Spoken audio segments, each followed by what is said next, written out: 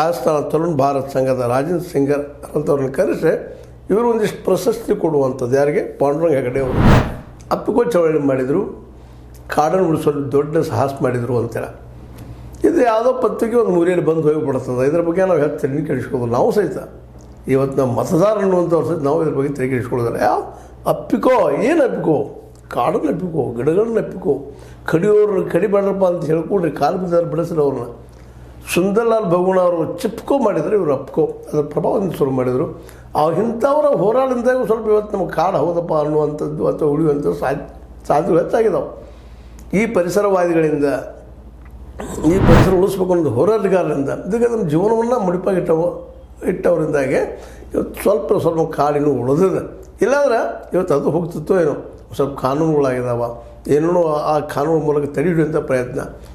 ಯಾಕಂದ್ರೆ ನಮ್ಮನ್ನು ಸಂವಿಧಾನ ಒಪ್ಕೊಂಡಿದ್ದು ನಾವು ಭಾಳ ದೊಡ್ಡ ಕೆಲಸ ಮಾಡಿದ್ವಿ. ನಾವು ಅಂಬೇಡ್ಕರ್ ಅವರು ಸಣ್ಣ ಸಾಹಸ ಮಾಡಿಲ್ಲ. ಅವರು ಸಂವಿಧಾನ ರಚಿಸಿಕೊಟ್ಟು ಆ ಸಂವಿಧಾನದ ಅಡಿಯಲ್ಲಿ ಇವತ್ತು ಅದಕ್ಕೂ ಸಂವಿಧಾನಕ್ಕೆ ಹಚ್ಚಲಿಕ್ಕಿದ್ದಾರೆ ಈ ಮಹಾಶಯರು ಎಲ್ಲರೂ. ಸಂವಿಧಾನಕ್ಕೆ ಧೂಳು ಸಂಸತ್ತು ಅಂತ ಬಹುಜನರು ಏನು ಹೇಳ್ತಾರೆ ಅದೇ ಖರೆ ಅನ್ನುವಂಗೆ.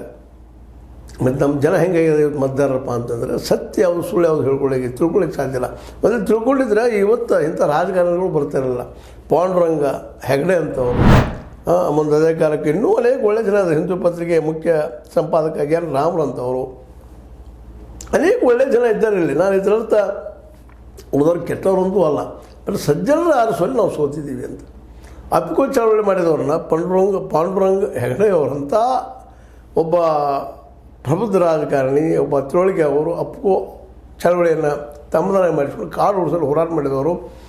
ಕಾಡು ಮತ್ತು ಜೊತೆಗೆ ಜಲ, ಅಲ್ಲಿ ವಾತಾವರಣ ಉಳಿಸ್ಕೊಂಡು ಮುಂದಿನ ಜನಾಂಗ ಕೊಡುವಂಥ ತಾವು ಉಪಯೋಗಿಸ್ಕೊಂಡ, ತಮ್ಮ ಬದುಕಿಗೆ ಎಷ್ಟು ಬೇಕೋ ಅಷ್ಟು ಉಪಯೋಗಿಸ್ಕೊಂಡು ಬಿಟ್ಟಿದ್ರೆ ಇವತ್ತು ಕಾಡು ಈ ರೀತಿ ಹಾಳಾಗ್ತಾ ಇರಲಿಲ್ಲ.